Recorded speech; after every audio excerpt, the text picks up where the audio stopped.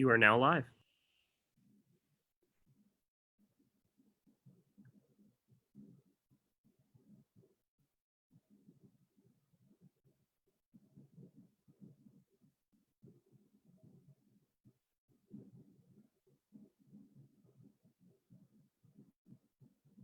Good evening, and welcome to another edition of Let's Talk COVID.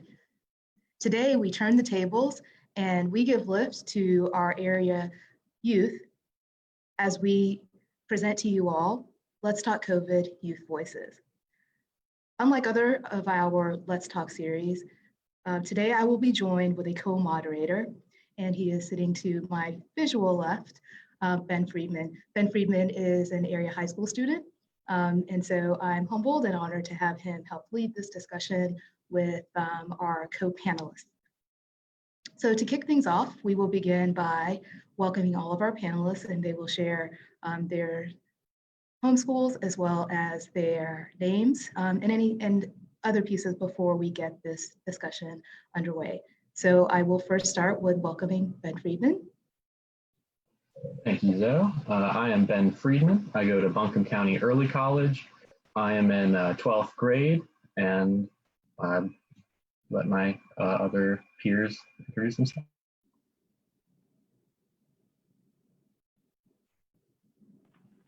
Hello, my name is Montana, and I go to early college as well, and I am a senior.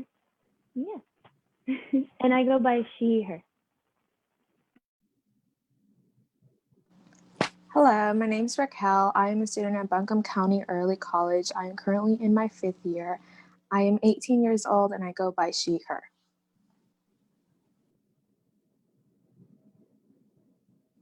Hello, my name is Erin Chan. I use she, her pronouns. I go to Asheville High School and I'm currently a sophomore.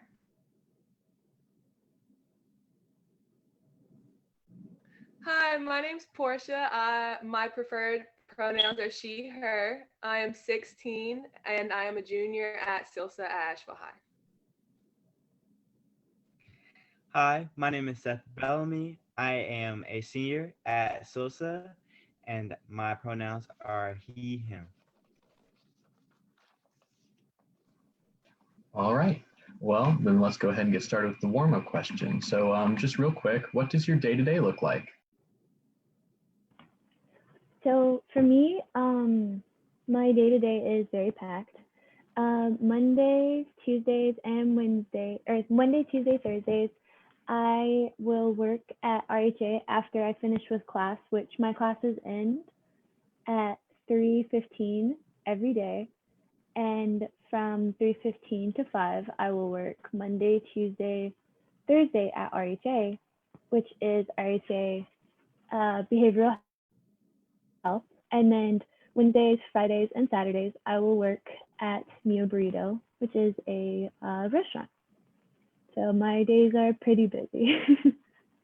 And then Sunday is my homework day.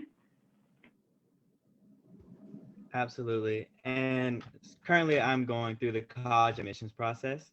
And so for me, I usually wake up a little bit earlier than my peers. And so that can look from either 5 to 7 in the morning, usually around the 5:30 time. And that's when I start getting ready and then getting into that process. And then that's before the school day that usually goes from 9 to 1:30. And then after that, from around 2 to 6, either I'm doing volunteering, I'm doing community work, or I'm still working on homework, studying period. And then from 6 to 9, I'm either with my family or having to do some other stuff with community engagement or having to do college admissions. And so usually I go to bed around 10:30 and I do the whole process over again. But during the weekends, I try to make sure that I have that balance of doing work, but also maintaining my mental health and so next week.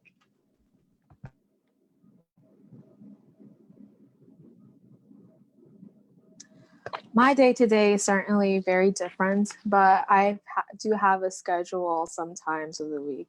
So Tuesday and Thursdays, I have classes in the afternoon from 2 p.m. to 6 p.m. And then I usually wake up at 8 in the morning every day, weekdays, as I wake up early to help my little sister with her schoolwork since she just started kindergarten and I'm basically her home at stay teacher. And I also help my brother with all assignments. And then on the weekends, I usually work. And then some days of the week, I also go to work. And I usually just try to divide up all my schoolwork throughout the week, especially on Tuesday and Thursday, since that's when I attend class. So usually my days start by waking up 2 minutes before my 9 a.m. class. And I will go to class until about 12 a.m. and then I will take a little break, get a snack, and I will finish off with class at 1 a.m. Afterwards, I will usually have club meeting or I will work a little bit. And a few days of the week, I will work from 5 to about 10 o'clock at my parents' restaurant.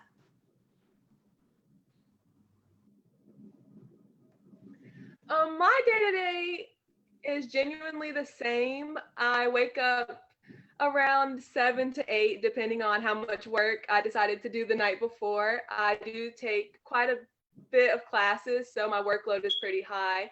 I'm the oldest in my household, and with 3 younger siblings, I have a lot of responsibility.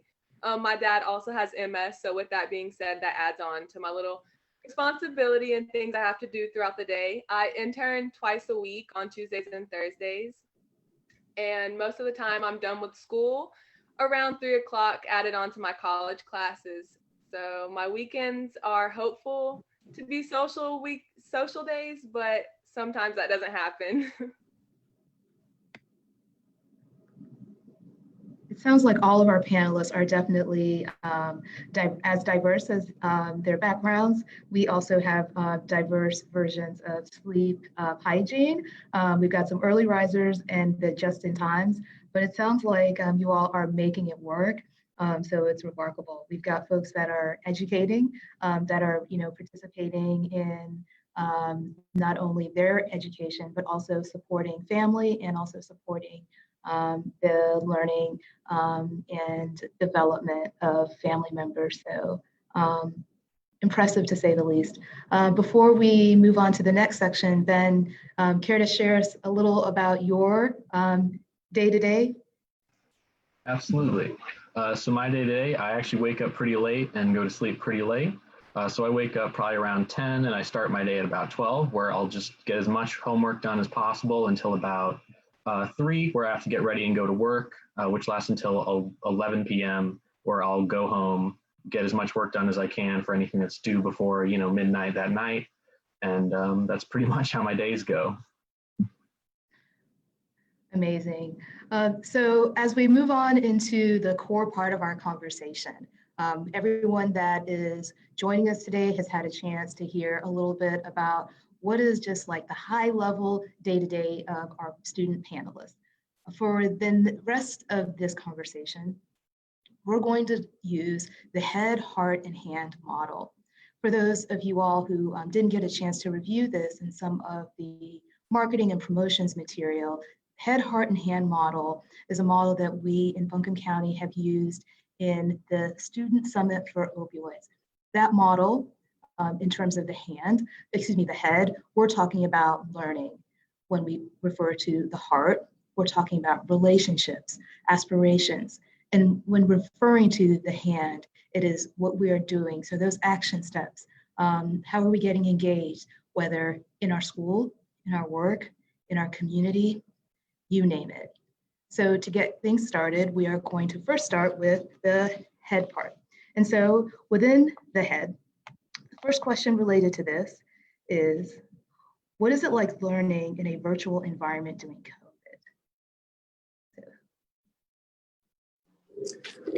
It's definitely been a challenge personally. I remember when we first went to everything online back in the spring, at the beginning of this year, it was definitely very challenging shift from in class to totally online.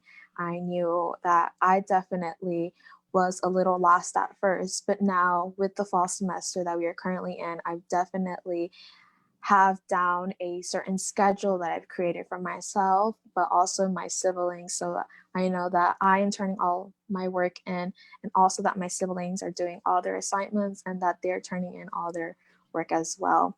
Time management was definitely a big challenge for me at first, trying to figure out when I was going to be doing my work, helping my siblings, but also going to work to earn money, as COVID definitely impacted that certain area of my life. And then also just trying to process all the material. I'm a very hands-on learner and also very visual learner. So when everything shifted online, it was very difficult having just being told to read a certain part of a text and take notes when I was very used to hearing a teacher write notes and discuss and us having group discussions. It was a very difficult shift for me, but I've certainly gotten more of a hang of it now. And I've definitely learned how to balance everything in my life now. And compared to how the education system was in when we first shifted, it's definitely gotten better. I think our teachers have definitely learned throughout these weeks and months how to balance everything online for us students to be able to learn and for them to be able to help us as well. Thank you so much, Raquel. I totally agree with Raquel. The workload is definitely, it's pretty heavy. I know for teachers, it's pretty hard to gauge workload based on like a 30-minute time frame of class that they get. Beyond just the work, it has been a little more mentally draining than regular school usually is, just because they seem to pile up and you can see the whole week on Monday morning. So you go in and you already know everything that needs to be done. And so throughout the week, it's just kind of there the whole week. It's on your shoulder, just constantly telling you that it needs to be done. And I've definitely seen that it's been leading to a lot of pretty inconvenient mental situations for a lot of people. COVID learning is, of course, the only exception that we can do at this point, but it definitely has played a big role in kind of substance use and relapsing, just because there's so much stress and so much available time and such the need to stay within, that it's really created that kind of safe hub to relapse, which is very unfortunate. But unfortunately is the sad truth. But one other thing that I have learned from virtual learning is just how to adapt. And even though this is an ideal situation for anyone, adaptation is completely necessary, because beyond adapting, there's not much more we can do, because this is a crazy situation that no one ever seen coming. Yeah, but overall, it's pretty it's doable. We've been in it for about 10 months, and I think so far everyone's starting to finally get the hang of it.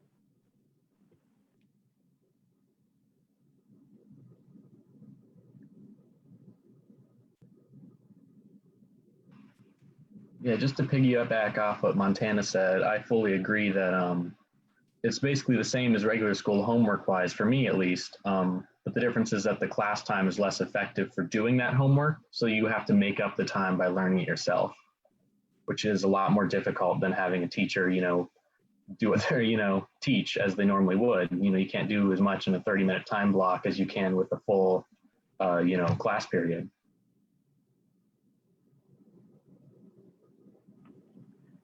I also agree.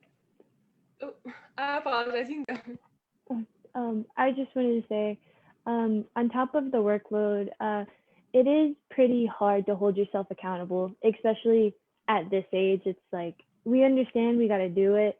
But it's like your last year of high school, a couple years in. And for some students, it's really hard to keep themselves accountable to even just show up into everyday learning. And so holding yourself accountable to not only show up to class, wake up on time, and also do homework, when no one actually making you do it, it's really hard, especially if you're not in that kind of emotional headspace either. Sorry, go ahead, Portia. Just gonna say, I definitely do agree. I feel there are certain pros and cons with online learning. For me, I like the ability to be able to do work as I feel and kind of go at my own pace. It's definitely making me more headstrong.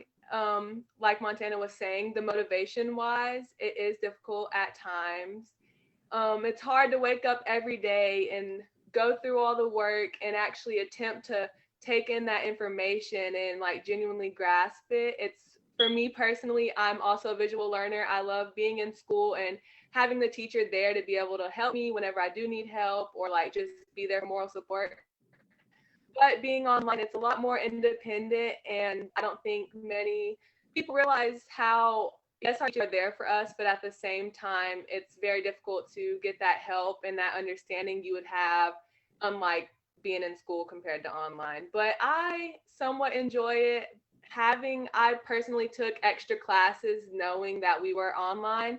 And so I'm not sure if my workload is from all of my classes or if it's because of my junior year. And as everybody says, junior year is the hardest. So it's kind of difficult to see where all this work is coming from.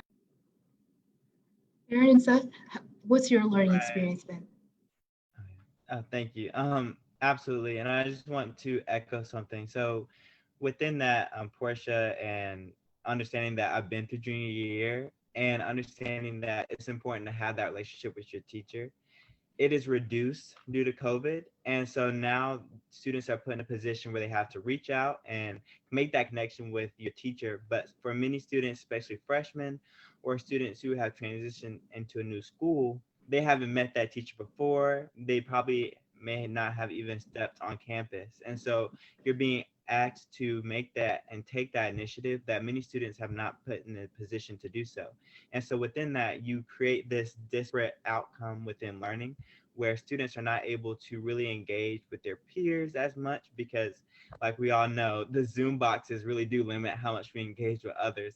And so honestly, it really puts students who have that initiative, that students who are headstrong, like many of the panelists have said, in a better position than students who are more introverted or students who do not learn in a way that includes meeting others or know how to ask for help in that sense. And so it's very important to understand what systems are still being perpetuated within school as we learn. And so it is difficult for many students that I have seen who don't know how to turn their camera and be that type A person without having a part of themselves feel limited.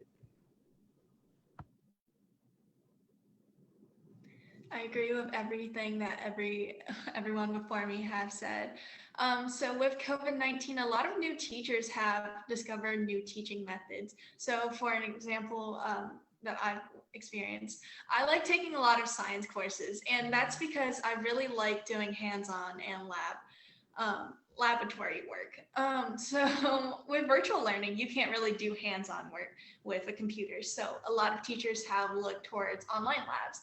And although I would prefer, I do like in-person labs a lot better. There are some benefits to the things due to resources that they have provided, such as with online labs, they provide a lot more information as you do it. And that's way better than going back and forth from your lab instructions to your actual lab. And another thing online labs I really like about them is that they have an undo button. So I don't know how you would unmix vinegar and baking soda in real life, but online you just press backspace. And that's just a specific example of how it might actually have benefits. Again, it's nothing compared to a hands-on experiment. I also think that there's intense pressure on the teachers to start teaching in this new format they have never done before. A lot of teachers, their style of teaching comes from trial and error. They've done so much work in person, so they know their perfect method for teaching in person, and they have to scratch all of that and just do it online now. And this next thing is something Seth has brought up during our discussions, is that it's a hard separation between your home life and your academic life, because it feels like every time you're resting, it just feels like time in between your schoolwork.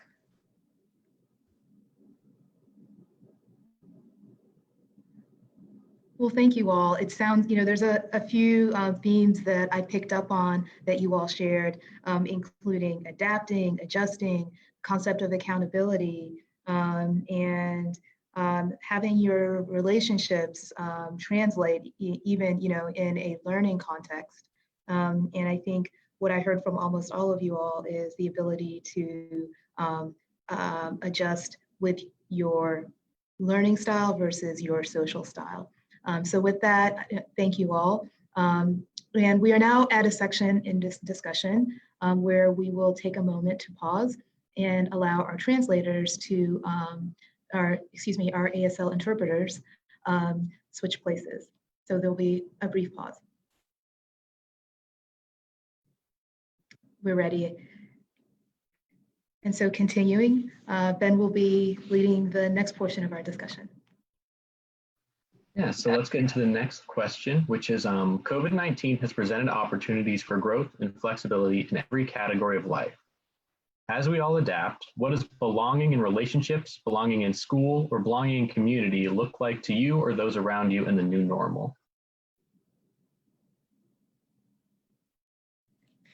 So belonging will look a lot different in this generation than past generations for sure. First, we have a lot more exposure to technology. We're online more. So most of the people my age are basing a large part of finding our identities on social media and online platforms. And especially with COVID-19 occurring during a part of our lives where most of us have no ideas who we are and are just starting to explore our identities, our sense of belonging will heavily be influenced on what we see online and social media. So the positives to that is that we're able to find more connections. Like if you see someone doing something cool, you can send them a text and be like, what are you doing? I want to get involved with that. And there's more connections. You can find out literally anything in the world in 30 seconds. Just type it in Google, right? So the negative impacts is that it's really hard on your self-esteem.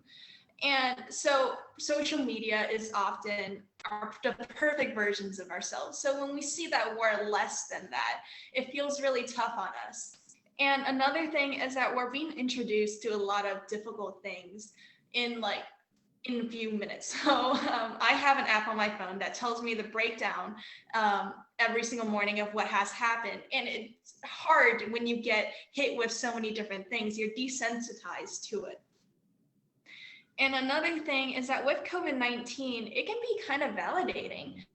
I know back in the beginning of March, a lot of people didn't know. We had a lot of free time suddenly, obviously not true for everyone, but with that free time, we can explore different hobbies and it takes some of that pressure off of having to be perfect at this. You can say to yourself, it's just a quarantine hobby. I don't have to be at it. And using that mindset, you can improve yourself to a point where you don't have to hide it as just a quarantine hobby. You can say that it's your passion.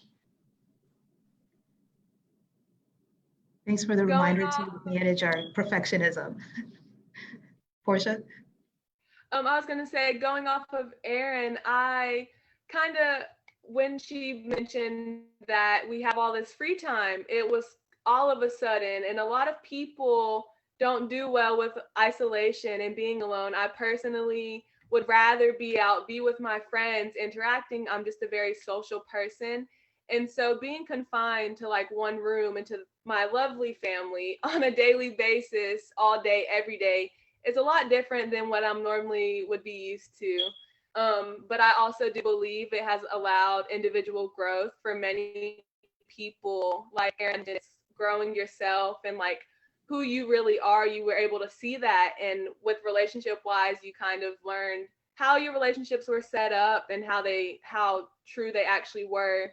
Not being able to see other people and go out, it definitely has heartaches on relationships and friendships all over and stuff like that.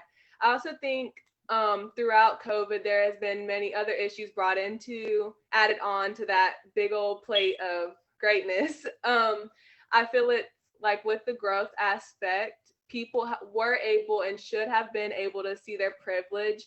A lot of people have not taken COVID-19 as serious as they should have.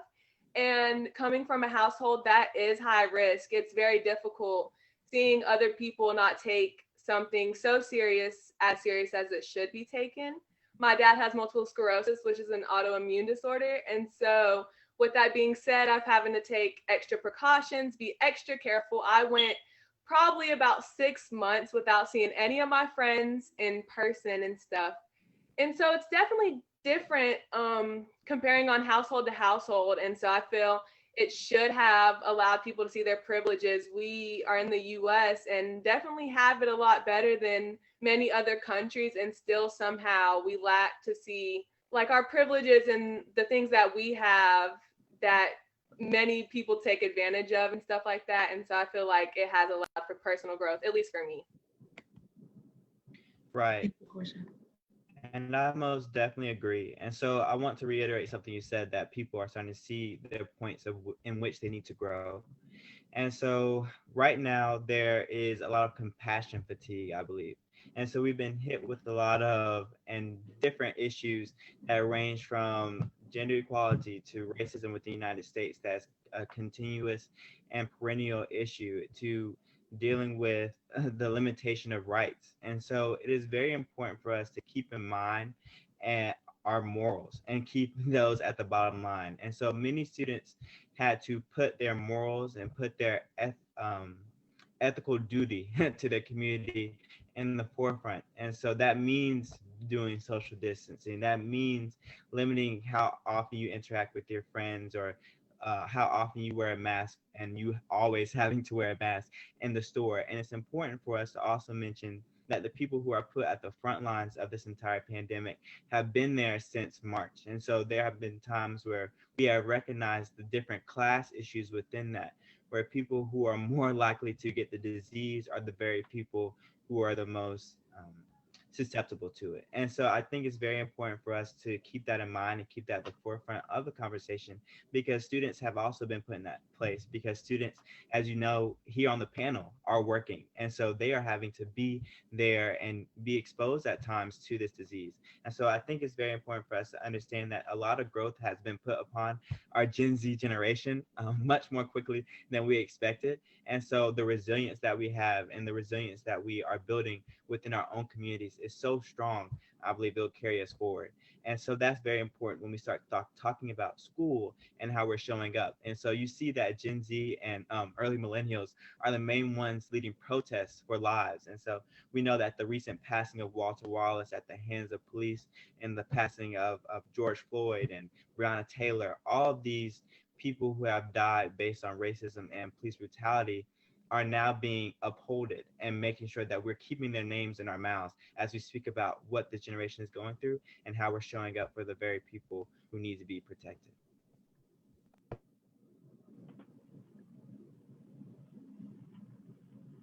Connecting off of what everyone has said, I absolutely agree with Seth and Portia and Erin. I think during COVID-19, it has really shown me how glad I am to be a part of such like a generation that is so for movement and like upholding injustice. Like it has been a pretty big roller coaster of everything that has happened. But I think out of everything, I'm really glad to be a part of a generation that isn't going to let this just kind of walk by, that isn't going to just let this kind of go on by. And it is a very like unifying feeling, being a part of this generation. And I just wanted to say one more thing, or one more opportunity that COVID-19 has presented is allowing the comfortable time to kind of really find yourself. Through isolation, it is very hard for everyone.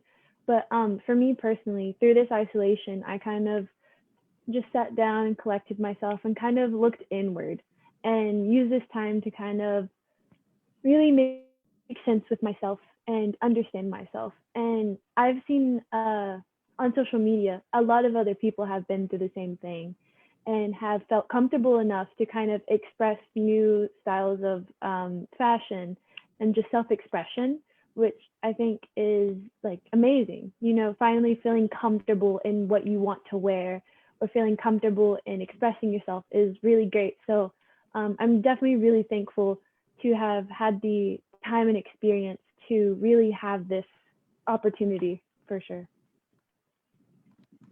Piggybacking off of that, though, I feel like a lot of people have found it more difficult to look inward. I know for me personally, at the beginning of the quarantine, the first thing I did was pick up a bad habit of always having a million things going on at once to keep me distracted. So for me, at least, the whole time, I'm throughout the day, you'll always see me with, headphones in my ears, listening to music or having a video playing in the background. I'm doing homework. I'm flipping through 6 different assignments at once, trying to get it all done. Just, to try and distract myself. And obviously, as the course of these months have gone on, it's difficult to always keep yourself distracted. But I mean, that's just how some people are coping with it.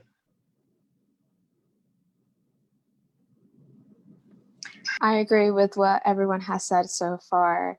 Our generation is definitely struggling, I feel like, with everyone else, but as we are, most of our generation, we're still teenagers, we're young adults. It's very difficult. I know when COVID first hit, when we first heard about it, it was like, oh, it's a disease. Okay, it's not going to affect us that much. But once it arrived and we saw how big it got and just saw that it was, it's a global pandemic, it was when I guess you could say life really hit us, and it was a reality check for a lot of us. And I know for sure at the beginning of the year, I was so excited. I was like, it's 2020. I turned 18. There's so many things I'm looking forward to this year that I had planned out with my friends, with people I've met online, my family, so many trips that I wanted to take. And I was so prepared that I knew that this was going to be my senior year as well. I was going to start applying to college and universities, and I was so excited. But once the pandemic hit, it just took me off the schedule and routine that I had made for myself. And it was very difficult. And as someone mentioned earlier about relationships with, a lot of the students are freshmen in high school. They haven't met those teachers yet. They haven't formed those relationships. It's very difficult. I have some teachers at my school that are some of my favorite teachers. I mean, I consider them my friends, and I miss them so much. And when I check in with them now, I'm like, oh, I feel like I'm in school again. And it's definitely been difficult. For me personally, since I am applying to college, I know if I was at school, I'd be sitting in my counselor's office asking her so many questions, and how do I do this? How do I do that? And just, asking for feedback. And it's definitely been challenging. I know with my friends, especially, I've been trying to, just check up on them and be like, hey, are you doing good in your class? Like, have you done your assignments? And then them checking in with me as well. And just trying to keep those relationships going, because I know for a while I just kind of moved away from everyone. I just kind of closed off because I felt like it was so much at once that was going on. I was like, oh my God, like so many terrible things are happening. And, I was feeling everyone's pain around me, and like my family got impacted too. And it's just so much going on. But like slowly and surely, we're going back into this routine that I feel like we all had at the beginning of the year or like last year. And we're just going back and we're making this new reality. Yeah, I think that aspect of belonging to a school community is really something that has been severely weakened by the coronavirus. I mean, how do you feel like you really belong to your school community when you're not there ever, except for, maybe one day a week? So, you don't feel that strong connection. You don't see the people in the hallway, and all that is really what builds, your feeling of community, especially with the school. And also on that college application process, it is significantly much harder without having teachers or counselors there to help guide you than it would be at a normal semester. How am I supposed to write my essay when all I can think about is, everything that's going on right now? How am I supposed to know where to apply, what to do, all the, financial information, emailing counselors back and forth? It's all so much more difficult, and then on top of all the regular homework and things we're doing. Absolutely. And so within that, I think there's like a level of accountability that I have now for my family. And so that's who I'm starting to belong to more. And so initially, I was entrapped in this idea that I need to do things um, a mile an hour a minute. And so I was keep doing all these activities and things of that nature and maintaining everything and going to school, going to different volunteer opportunities and things of that nature. And I forget that at the end of the day, the people who are my foundation are the people who I neglected in my time. And so COVID-19 just put a stop and a pause on everything and hit the brakes. And so within that, I've had to spend more time with the very people that I grew up with and the very people who really molded me into who I am today. And so that's what made me feel very connected to my family a little bit more and belonging to them. Because not only do I feel belonging to my sister who is going through the same high school process as me, but belonging to my parents who have been through this before in a different way, but are able to share insights into things I have not been able to see yet or I'm experiencing as we speak. Going off of that with a sense of belonging, I feel a lot of people use sports and clubs as an outlet. And so personally, I play basketball and I also run track. And so having those sports there, being able to go there after school and see my teammates and get out whatever stress I needed to get out is now limited to some people, although they are still conducting sports and allowing people to play. Personally, I'm not able to play due to my dad's illness. And so that's just another thing that people might look over as that outlet that many students look for in clubs and in athletics and stuff aren't available to them anymore because of COVID.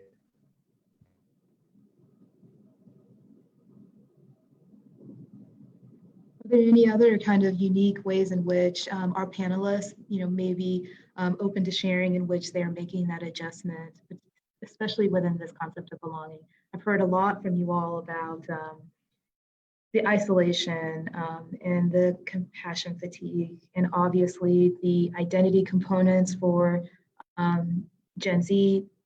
Are there other, does anyone else want to share before we move on to the next question, how this theme may be showing up in your life and has, or your, experience of it has changed?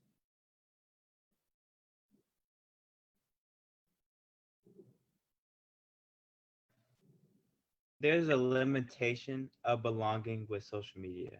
And so Erin mentioned this earlier, but it gives you this facade in a sense that you are belonging to people, you're belonging to this higher experience. But at the end of the day, you are just being exposed to a screen with different data that is getting you to spend more and more time on it. And so this artificial belonging is actually not helping yourself and discover what you're interested in or discover what really moves you forward. It's really a connection to a data point. It's really a connection to a tech company that's really trying to gear you to spend more time on your phones. And so I think overall, this might be harmful in a sense to rely on social media for that sense of belonging if we're not able to belong to the people around us, if we don't feel that connection. And so I think right now is going to be kind of a detrimental time mentally for social growth as well for our generation, because we do not have that belonging to other people who are going through the same experience as us. Thanks for that. Ben? I absolutely empathize with that point. I found that, much harder to, even through social media, connect with friends and stuff because everyone's so busy with homework and work and family responsibilities that I generally find myself only, connecting to a friend maybe, once a week. And it's usually a different person every week, so it's very difficult to feel that same sense of belonging that you would at a normal, friend group in a school or something like that. Seeing a lot of head nods from all the other panelists. Does this resonate with you all? This same kind of shift in the social media environment?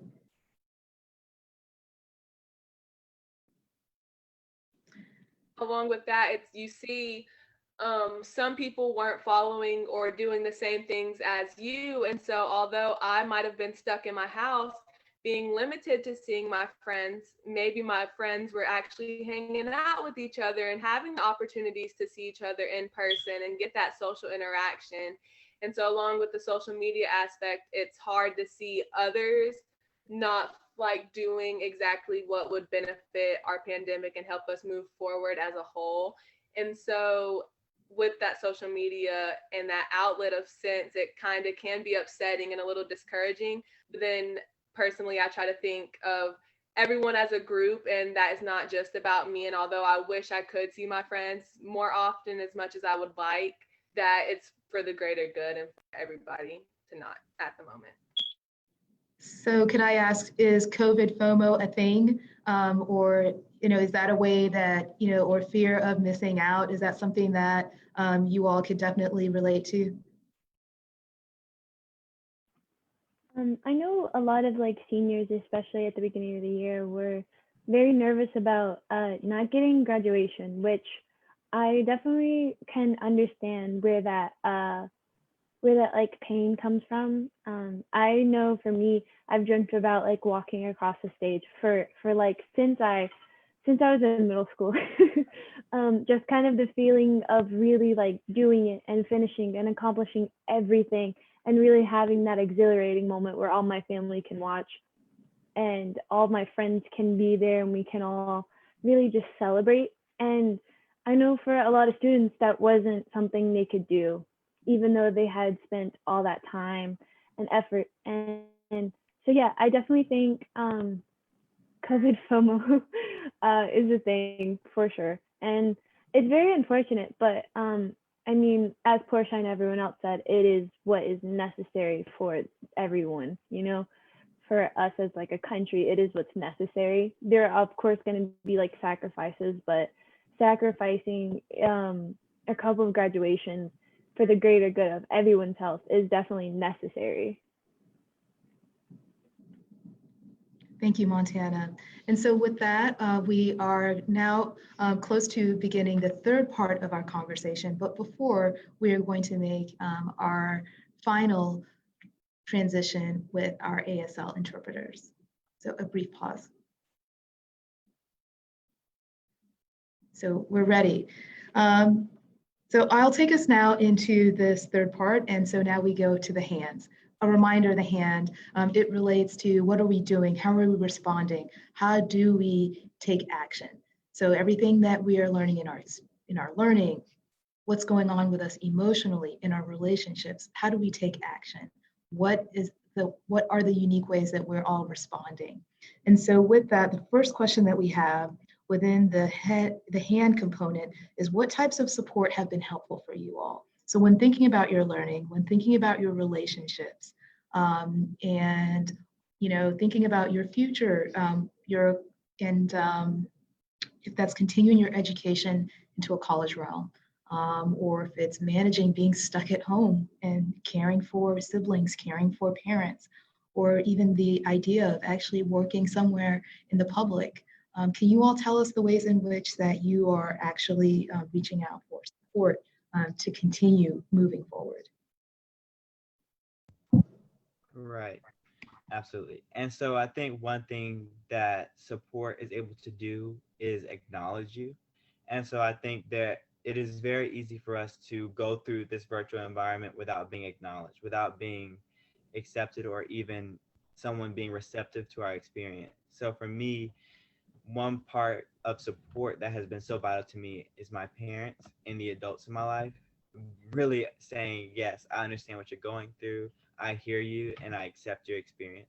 Because something that happens even during regular times, that people negate your experience or negate what you have gone through or what you're going through in an effort to make you stronger or to build you up or to say, oh, you can just handle it easily.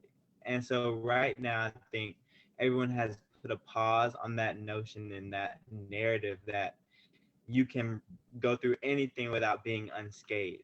And it really is something that has been vital to me to understand and to really have instilled in me, is that it's okay to not be okay. And so that support support is so vital to me to really continue to go forward is when my teachers say, I understand that you all might be dealing with a lot of stress, so we're not going to do homework, or today we're going to have a check-in, or today we are just not going to have the quiz, we're going to put it to the next weekend so we have a review day. And so these little things within school make it easier for us to continue, for us to have that longevity within it, because this is really about endurance, because we have known to be in our homes, like Portia said, for 6 months she didn't see her friend. So that is very important for us to have that support in the face of such strong adversity. This is a global pandemic. At the end of the day, you can spin it however you want. You can wake up and change the TV channel, but at the end of the day, it is a pandemic. And so we have learned to evolve and adapt.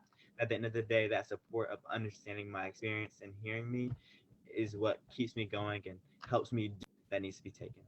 Thank you, Seth.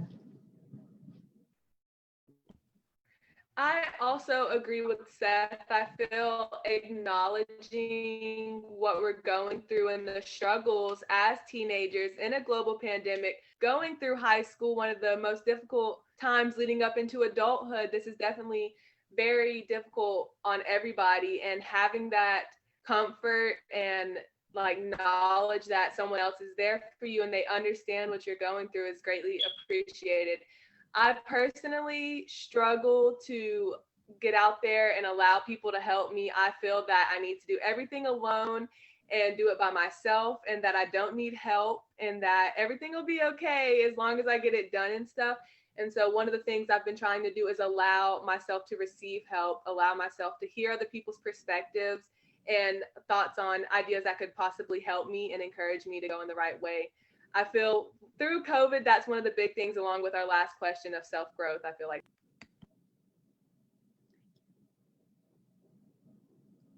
Thank you, Portia. And on that note, so, I've heard a lot about people finding support through their friends, through their family, through their teachers, and, and trying to acknowledge that they need support. So I think that moves into our next hands question, which is, what do you think support looks like moving forward? What would you like it to be? What do you think it will be? Anything on that? Moving forward with support, I think support looks like a two-way street. Teachers need as much support as students need support. The teachers are also in a weird position that is often easily forgettable, for sure. But teachers are in a really weird position where it's like, their job thrives on communicating with students and like really, getting along with them, feeling comfortable with them, just seeing them every day. And alongside with like the technology issue, it is a really big change, and a lot of teachers can't do trial and error right now. And it's a really hard position for both students, but also for teachers, just kind of keeping in mind that teachers also need as much support as students do. They're going through it too. They're unsure. And sometimes, especially when like technology can go wrong and just completely ruin their lesson, it's very stressful, I'm sure of it. But moving forward, I think as much as just kind of having the support and reminding both teachers and students that we are in a weird position, but that we are in the weird position together is a really good place looking forward. Moving forward is definitely trusting science, understanding that it will be like this for a while. We kind of assumed when spring break started last semester that there's just going to be an extra spring break, and we quickly realized that it wasn't an extra spring break. And I think kind of understanding that it will take time, and that unfortunately this is somewhere that we're in, but support moving forward is understanding that it will take time, and just kind of letting everyone that both teachers, students, and friends, that you're there for them, you totally understand, and that you don't hold them accountable for their mistakes just because this is a place in which trial and error isn't very doable. Yeah. I agree with Montana on that our teachers are definitely going through a really tough time. Earlier in August, well, the end of August, when I went to go to my school to pick up my textbooks for the new semester, I got to see a lot of my teachers again. And they just seemed so happy to see students again, because just having that connection, with seeing their students that they've had for several years, it's like, it feels a little normal. And like, I was talking to one of the teachers that works in the office, and just like, there's some days that I'm like, we're not in a normal life. And then she's like, there's this one day I just woke up, I took my kid to school, and I felt like it was normal. But when I arrived, to work, and I had to put on the mask, it was like, oh, it's, we're back in this thing. It's like, oh, we're living in a pandemic. And that was really, tough. And I understand that, like, even like going out to the store, we're like, we have to put this mask on to protect ourselves and protect others around us. And just, checking in with teachers is so important. Like, yesterday I was actually discussing with one of my teachers, and I was like, how are you doing? How are your classes going? Is there any material you're trying out to see if it helps you and your students? Just having that connection. I've definitely seen in my Zooms, there's some students, that we try to have our cameras on so that the teachers feel like they're having connections, and not just everyone on mute, cameras off, because I know it's really hard for the teachers, because they want to have that interaction with every student. It's very difficult for them and for us as the students. And just like, moving forward, I feel like just having support for just everyone, our teachers, us, our student, the students, and then our family members, our friends, we just all have to be there for each other. We're all in this together. We're all going through a tough time. We just, we've learned so much through these 10 months that this pandemic is going on. I've definitely learned that, I need to give myself support of my own. I have to be there for myself, but also for everyone around me. I've definitely learned, how to balance everything, and, make sure to check on my friends, my teachers, my parents, to make sure they're doing all right.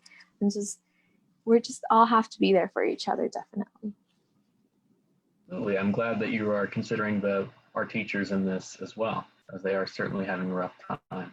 And on that note, I'd actually like to bring it to our last question in the hands module, which is, with the challenges you're facing, what is giving you hope? So for me, one thing that's giving me hope is my relationships. So my relationships with my family, my teachers, and my friends, they get me through every single day. Just their resilience and vulnerability, it inspires me. And with COVID, a lot of your relationships, you have to a lot of the relationships you still have in COVID were ones that you made before COVID happened. So it could be a little isolating if you haven't had that many relationships to start. But knowing that I'm not the only one going through this, like this panel, especially, I've heard so many of you guys speak about your experiences, and it just makes me realize that I'm not alone.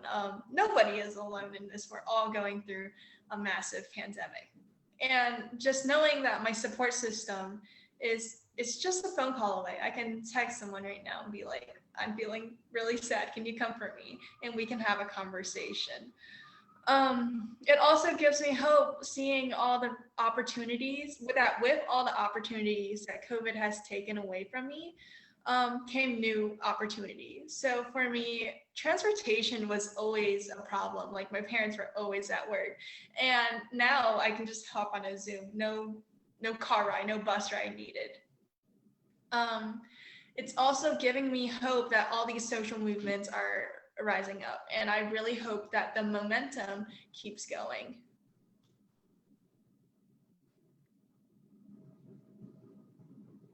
With me, I feel something that's giving me hope is just looking ahead and hoping for a good, positive future. I'm just going to stay dedicated. I look forward to going to college. I look forward to being able to do other things, travel. And so, like, hoping everybody else will work together for the greater good of the country, and passing through this pandemic as fast as we can, but correctly and making sure everyone stays healthy is kind of what's keeping me going. I'm just hopeful that stuff will eventually, things probably will never be quote unquote normal again, but as hopefully as we can get as close to normal again is kind of my looking forward, and staying positive is kind of what's keeping me hopeful. One thing that's giving me hope moving forward is definitely college. Yeah, I think in the beginning of COVID learning, it was pretty hard because I was in this I was moving, and Wi-Fi companies weren't going out and like giving out Wi-Fi during COVID, so it was a while where I had to go to like Starbucks, which were closed, and just like sit in the parking lot and just do homework there. But I think moving forward, I think this gives the school board a really big insight in students' lives, especially understanding that a lot of students do not have these resources just openly available to them. For example, like Wi-Fi situation is a really big thing. Some students don't have Wi-Fi, and I think it really shows the school boards that these students are usually unable to get this Wi-Fi in order to do their homework at home. And on top of that, it also shows school boards that students, they have a lot going on initially. And I think it'll provide a lot of insight moving forward for students and school boards to kind of really understand what is going on beyond school and kind of where to meet in the middle more. Yeah. Sorry, I had something and like totally just like walked away. I agree with you, Montana, that, the school board is definitely learning from our experience. I would say that we're the guinea pigs, we're learning so much, like from my sister. She just started kindergarten, and the first language that we speak at home is Spanish. So it's really been difficult for her and for me trying to teach her English, and for her to try to process and understand all the material. Like, I know she had been going to school in person, she would go with an ESL teacher, and they would help her, little by little, learn the English language. And here at home, I have to have a little bit more patience to be like, okay, this is how you say this word, this is what it means. And sometimes it doesn't translate right, when you're trying to explain it. And it's really been difficult. And, hopefully as we move on, the education system does better a little by little, especially for online, because, not everyone has these resources that they can just, drive to Starbucks and access Wi-Fi. Some people don't have that transportation, don't have money for that. And it's really been difficult. I really do understand that. And then definitely for me, for the future, my hope is definitely motivation to keep going. Just, knowing that in a few years, in a few months, life won't be the same as it is right now. Everything is changing little by little. And I'm really looking forward to go off to university. I really do, hope that I get accepted into the university that I really want to go to. And just knowing that in a few years, I might be traveling abroad in a different country, learning different materials, learning more about the education and going on my career path to the career goal that I have for myself. And that just really motivates me that, we're going through a difficult time right now, but as life goes on, we are also growing as individuals and as a society. We're going to get better. Even if we're going through a tough patch right now, I know that in a few years, in a century, in a decade, we're going to be all right. Thank you, Raquel. So to all of our panelists, we're in the final 2 minutes of our discussion. And so with that, I want to have a final lightning round where each of our panelists will share one key takeaway that they want today's viewing audience to keep from this discussion and also from their experience. So with that, I believe we'll be starting with Ben. Take it away, and your takeaway, please. Absolutely. So real quick, I just say to parents, trust that your kid is doing their best to get all their stuff done while, also managing their stress. Stress management doesn't often look like you're using your time effectively, but just, trust. for me, I believe it's very important for each parent or someone who has a student or youth in their life to leverage their position to call them into a conversation about mental health and maintaining their physical and social safety. I think it's very easy for students to act on their social fatigue and try to risk something to get some reprieve from being isolated, but it's important to bigger picture. For me, oh, I'd say just to keep your mind open. Know this is a rough time for everybody, and that, like Ben had mentioned, although sometimes it might not seem we're using the best of our time, we are trying. And just possibly let them know that you're proud of them and that you see that they're putting an effort. It will mean a lot more than you might realize. One takeaway I kind of want to throw out there is that the workload is heavy. It really is. And even if it's not heavy, it really does kind of just stay there always. And so it is very draining. It really is. Waking up and knowing that you have work due, going to sleep and knowing you have work due, and just kind of counting down hours. So I think just parents, please, be aware that your kid really is trying their best. But it is really hard to hold yourself accountable during this age, during this time when you feel lost.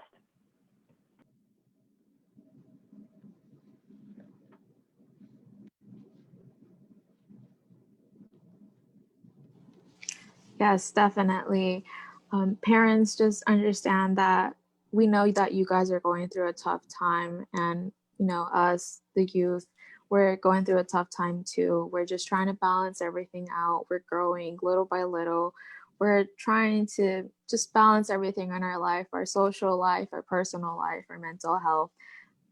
Just have a little patience with us.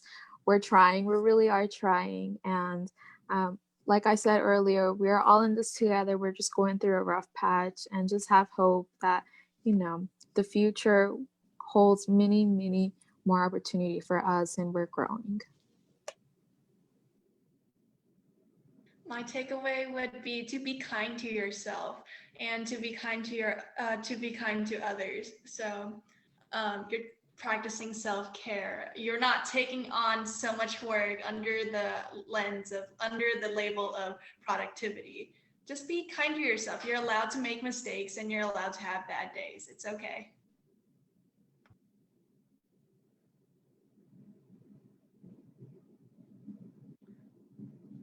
Well, thank you all.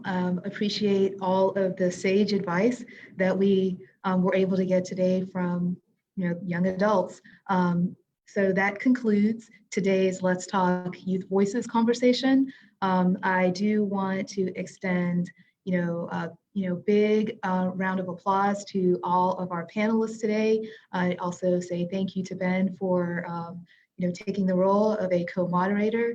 Also want to thank our ASL interpreters who provided sign language for today's conversation, as well as those you do not see, but our simultaneous Spanish interpreters with Senzotle Language Justice Cooperative. And so they make it possible for us to also have a Spanish component to this conversation. So today's conversation was very much student-led and adult-guided.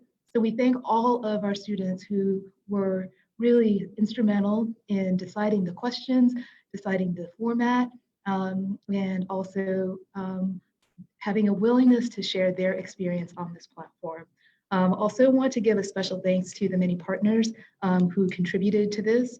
And so I will start with some key partners with ABFM and RHA, including Madeline Osho, Kate Kelleher, as well as April Bauer with our Buncombe County Student Nurse team. Also thanks to Buncombe County colleagues, and that is Brandon Romstad, Max Tainter, as well as Cataldo Perone. So if I'm missing anyone, I send my gratitude and thank you. As usual, today's conversation will be archived on Buncombe County's online platforms, including our Facebook page and YouTube. And so we encourage you all to share this conversation as soon as it's posted with anyone who missed it, and also to,